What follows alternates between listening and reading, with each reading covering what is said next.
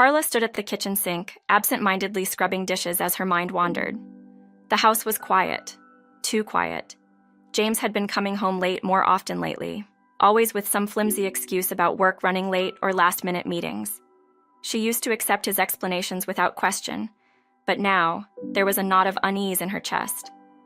Maybe it was the subtle changes in his behavior, the way he avoided eye contact, the extra care he took with his appearance, the way his phone never seemed to leave his side. She couldn't help but feel something was off. Every night she told herself she was overthinking, but deep down, she knew that her gut was telling her the truth. Something was wrong. As Carla dried the last dish, she heard the familiar sound of James's key in the lock. The door creaked open, and he stepped inside, his face flushed, his smile too wide. "Hey, honey," he greeted her, a little too cheerfully. Carla turned to face him, forcing a smile of her own. "How was work?" she asked, her voice casual, but she was already bracing for another vague explanation. "Same old, you know. Long day," James replied, quickly heading to the bedroom to change. Carla stood in the kitchen, her mind racing. She needed to know more. She couldn't live in this limbo of suspicion anymore. She grabbed her phone and quickly searched for the private investigator her friend had mentioned weeks ago. It felt extreme, but she had no other choice. The investigator, a woman named Lucy, called Carla the next day. They arranged to meet at a small cafe where Carla could explain everything without being overheard.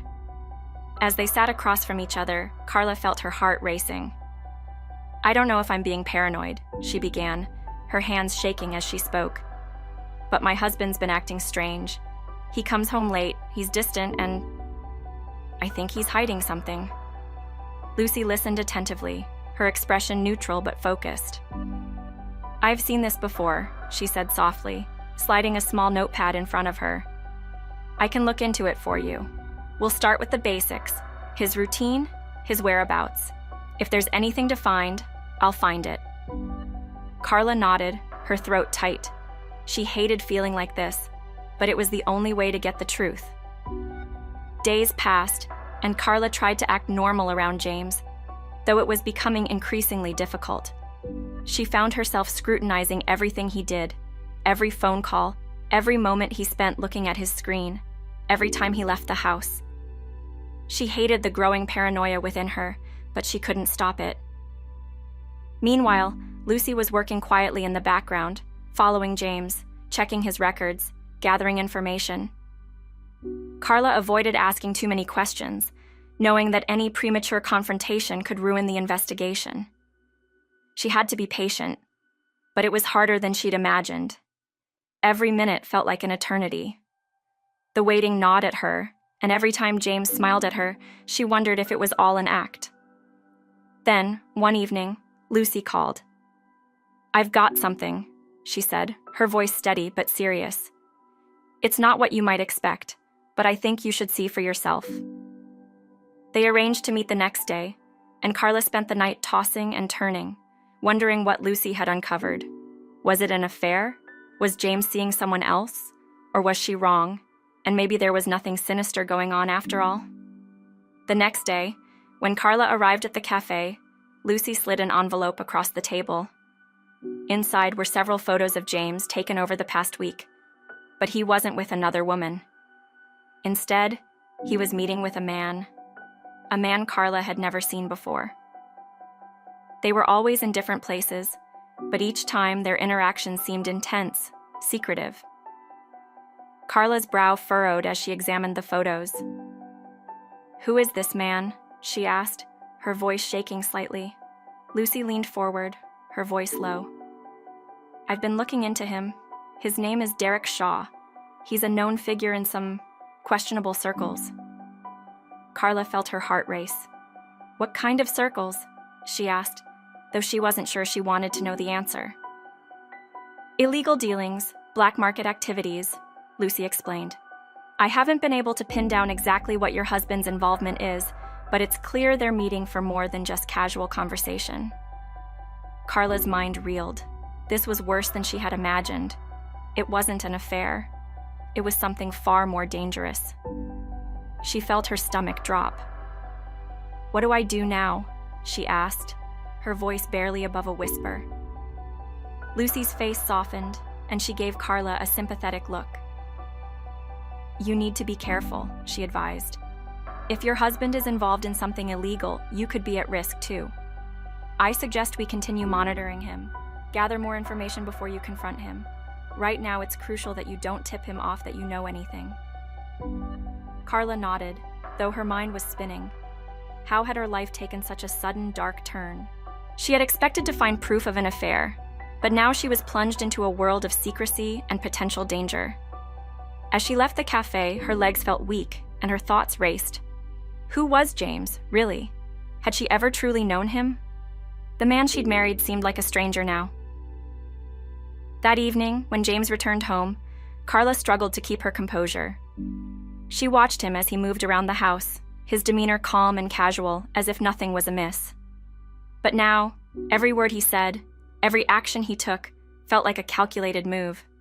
She was on edge, terrified of slipping up and revealing that she knew something. She tried to ask subtle questions, probing him gently about his day, but James answered them smoothly, without hesitation. It only deepened her suspicions. If he was hiding something this big, he was good at it. Too good. As the days passed, Carla found herself living in constant fear, waiting for the moment when everything would unravel. She felt like a stranger in her own life. A few weeks later, Lucy called again. "We've got more," she said, her voice tense. Carla's heart skipped a beat. "What is it?" she asked, dreading the answer. "Your husband's involvement with Derek Shaw goes deeper than we initially thought," Lucy explained. "It looks like James is part of some kind of smuggling operation. We're not sure what they're moving yet, but it's big. There's a lot of money involved." Carla felt her chest tighten. Smuggling? Her husband was involved in smuggling? She couldn't believe it. The man she had shared her life with, the man she thought she knew, was part of something criminal. She sat down heavily on the couch, her head spinning. This was worse than she had ever imagined. "What do I do now?" Carla asked, her voice breaking. Lucy sighed on the other end of the line. "You need to protect yourself, Carla. If this goes south, James could get caught, and you don't want to be caught in the crossfire. I'd recommend distancing yourself from him, but doing it carefully. He can't know you're onto him." Carla nodded, though fear gripped her. She had to play this smart, but how? Every day she spent with James felt like a game of chess, where one wrong move could lead to disaster. She began quietly making preparations, setting up a separate bank account, planning where she could go if things got dangerous. But every time James looked at her, she had to pretend that everything was fine. The tension in the house was unbearable. James seemed oblivious, continuing his secret meetings and coming home late as usual. But Carla was watching him now, every move, every lie, and it tore her apart inside. She knew she couldn't keep this up forever. The truth would come out eventually, one way or another. One night, as she lay in bed next to James, staring at the ceiling, she realized that the man she once loved was gone. Or maybe he had never really existed at all. This James, the man wrapped up in illegal activities, wasn't the person she had married. She had to accept that. The next morning, she decided to leave. She would take their daughter and disappear before everything exploded. Carla packed a small bag for her and their daughter, careful not to leave any obvious clues. She didn't want James to realize what was happening until it was too late. She booked a hotel in a nearby town, far enough away to feel safe, but not so far that it would raise suspicion. That evening, she told James she was taking their daughter to visit her mother for a few days. He didn't seem to care, too wrapped up in whatever shady dealings consumed his time.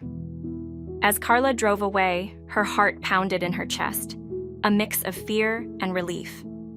She wasn't sure what the future held, but she knew one thing. She couldn't stay in the dark any longer. It was time to take control of her life again.